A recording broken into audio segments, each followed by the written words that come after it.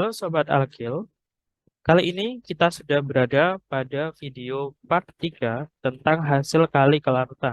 Ini juga merupakan part terakhir di dalam materi hasil kali kelarutan. Nah, sudah kita bahas di part pertama, kita sudah membahas tentang bagaimana persamaan dari KSP itu sendiri. Di part yang kedua, kita sudah bisa memprediksi tentang menentukan kelarutan, menentukan dari hasil endapan atau tidak. Sedangkan untuk part yang terakhir ini, kita akan bahas tentang faktor-faktor yang mempengaruhi nilai kelarutan dari hasil kali kelarutan. Sesuai dengan yang saya bicarakan, tujuan dari pembelajaran pada video kali ini, kita nanti akan menentukan nilai kelarutan yang dipengaruhi oleh nilai pH dan ion sejenis. Nah, kedua faktor ini merupakan beberapa faktor yang nanti akan kita bahas secara lebih lanjut tentang faktor-faktor yang akan mempengaruhi dari kelarutan. Nah, ini merupakan beberapa faktor-faktor yang mempengaruhi kelarutan. Yang pertama adalah pH yang nanti akan kita bahas secara mendalam, kemudian pengenceran. Nah, ini dapat kita siasati seperti ini. Ketika kita minum es teh gitu ya, kemudian kita tinggal nih ngobrol dengan teman kita. Lama-kelamaan esnya akan mencair kemudian menambah dari volume es teh tersebut. Sehingga apa yang terjadi? Gula tersebut yang awalnya manis, lama-kelamaan dia manisnya akan hilang atau berkurang. Karena apa? Penambahan volume ini mempengaruhi dari kelarutan gula tersebut atau jumlah dari gula tersebut. Karena kan dia kan juga berpengaruh terhadap konsentrasi. Kemudian ion sejenis. Jadi ion sejenis ini nanti seperti HCl dilarutkan atau AgCl dilarutkan ke dalam HCl. Nah, ini sama-sama ada Cl-nya sehingga nanti akan pengaruhi dari muatannya.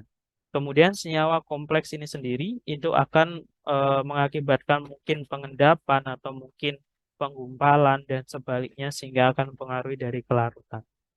Nah, bagaimana kita akan bisa menentukan seperti nilai kelarutan yang dipengaruhi oleh beberapa faktor ini?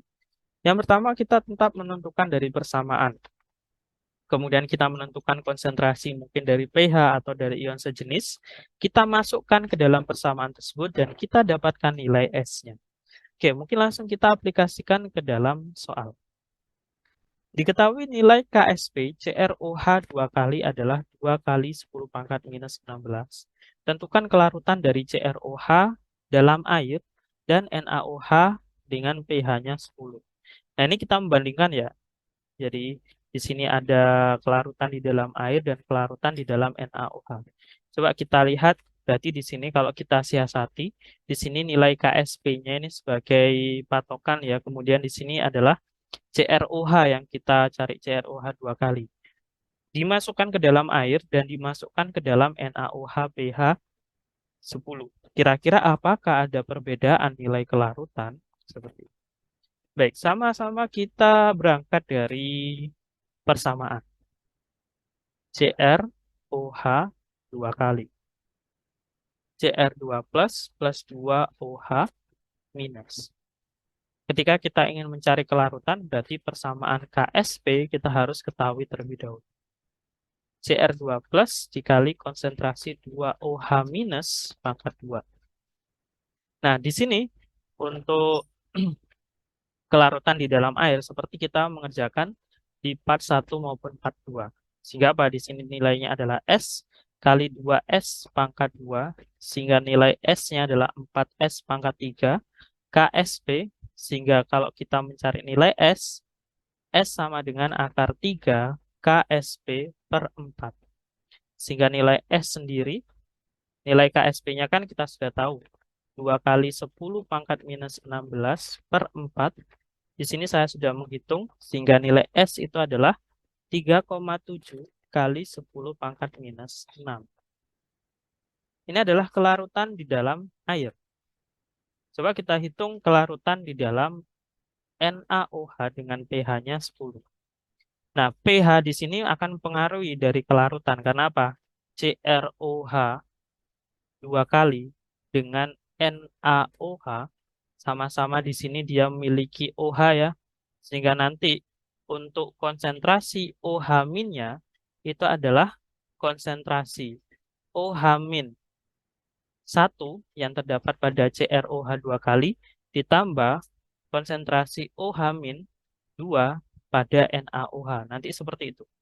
Sehingga kalau kita mau cari kelarutan CrOH 2 kali, maka nanti Cr2 plus ditambah 2OH minus.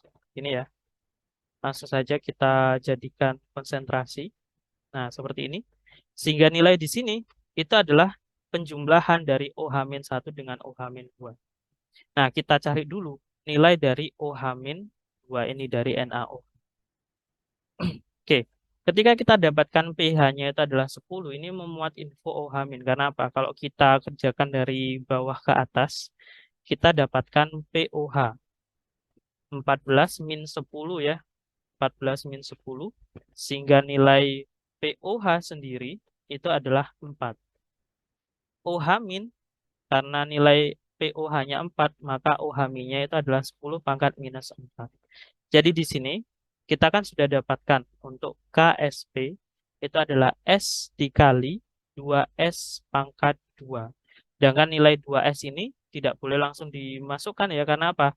Di sini kan juga ada OH- dari pH, sehingga dia adalah penjumlahan nilai OH- ya, itu penjumlahan dari OH-1 dengan OH-2. Nah, berhubung di sini 2S, nanti nilainya itu akan lebih kecil daripada pH-nya, otomatis 2S ini itu bisa kita abaikan. Sehingga nilai OH pada CrOH 2 kali itu akan sama dengan nilai OH pada NaOH. Nah, ini ya yang perlu diperhatikan ya. Jadi ketika dia dipengaruhi oleh pH, kita sudah dapat OH-nya, kita bisa masukkan ke dalam KSP-nya. Karena apa?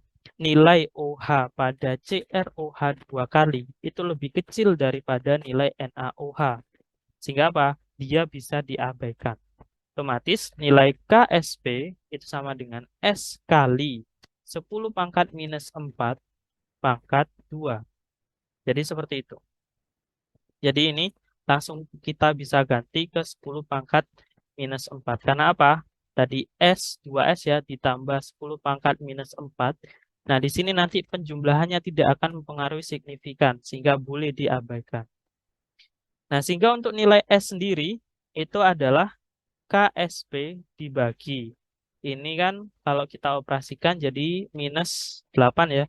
Di 10 minus 8. Nah, nilai KSP-nya sendiri adalah 2 kali 10 pangkat minus 16 per 10 pangkat minus 8. Coret-coret sisanya 10 pangkat minus 8. Sehingga hasilnya adalah 2 kali 10 pangkat minus 8.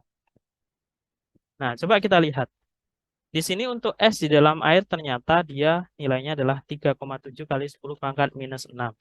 Sedangkan kalau S di dalam pH 10 itu adalah 2 kali 10 pangkat minus 8. Otomatis apa?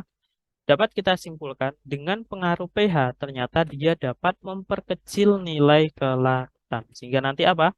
Dia mudah larut. Dia lebih apa itu namanya? Mudah untuk mengendap karena nilai kelarutannya sangat kecil. Sehingga pH 10 di sini dia nanti nilai kelarutannya ya akan lebih kecil daripada nilai kelarutan di dalam air. Otomatis apa? Dia di dalam pH 10 akan lebih mudah untuk mengendap daripada di dalam air. Gitu. Kita geser ke pengaruh ion sejenis. Kalau tadi untuk yang sama adalah nilai OH-nya, sama halnya mungkin seperti di dalam suatu asam ya. Berarti yang sama nanti itu adalah nilai H plus-nya. Karena tadi itu merupakan senyawa basa, berarti yang sama adalah nilai OH-nya. Nah, di sini kita membahas tentang ion sejenis, di mana ion sejenis nanti ini ada salah satu ion yang nanti nilainya akan sama dan bisa diabaikan seperti tadi. Contohnya di sini adalah perbandingan kelarutan dari PbCl2 dalam air dan dalam NaCl 0,1 m. Nah, coba kita bisa lihat di sini PbCl2 dan NaCl. Di sini memiliki nilai Cl yang sama. Jadi nanti untuk nilai Cl di dalam NaCl bisa digantikan dengan nilai Cl dalam PbCl2. Seperti itu. Kita prediksi dulu untuk nilai S di dalam PbCl2 di dalam air. Nah, PbCl2 ketika kita ionisasikan di dalam air itu adalah Pb2+ ditambah 2Cl-. Nah, di sini untuk PbCl sendiri nilai Ksp itu sama dengan konsentrasi Pb2+ dikali konsentrasi 2Cl- pangkat 2. Untuk nilai S-nya sendiri jadi S kali 2S pangkat 2. Sehingga nilai Ksp adalah 4S pangkat 3. Dan nilai S adalah akar 3 Ksp per 4. Akar 3 Ksp per 4 dengan Ksp-nya itu adalah 2 kali 10 pangkat minus 5. 2 kali 10 pangkat minus 5 per 4. Di sini sudah saya hitung. Nilainya di sini adalah 1,7 kali 10 pangkat minus 2. Kita simpan terlebih dahulu untuk kita bandingkan dengan kelarutan di dalam NaCl. Sama seperti tadi, PbCl2 dan NaCl memiliki nilai ion yang sama. Sehingga nanti konsentrasi Cl- itu adalah konsentrasi Cl- yang pertama dari PbCl2 ditambah konsentrasi Cl- pada NaCl. Nah, tapi apa? Di sini untuk Cl- yang pertama, pasti nilainya akan lebih kecil dan tidak mempengaruhi secara signifikan, sehingga dapat disimpulkan nilai Cl pada Cl2 ini PbCl2 akan sama dengan nilai Cl pada NaCl. Sehingga nanti nilai NaCl bisa langsung digunakan ke dalam PbCl2. Sama halnya seperti ini, kita ionisasikan PbCl2, yaitu Pb2+ plus 2Cl-, sehingga nilai Ksp itu sama dengan konsentrasi Pb2+ dikali 2Cl- pangkat 2.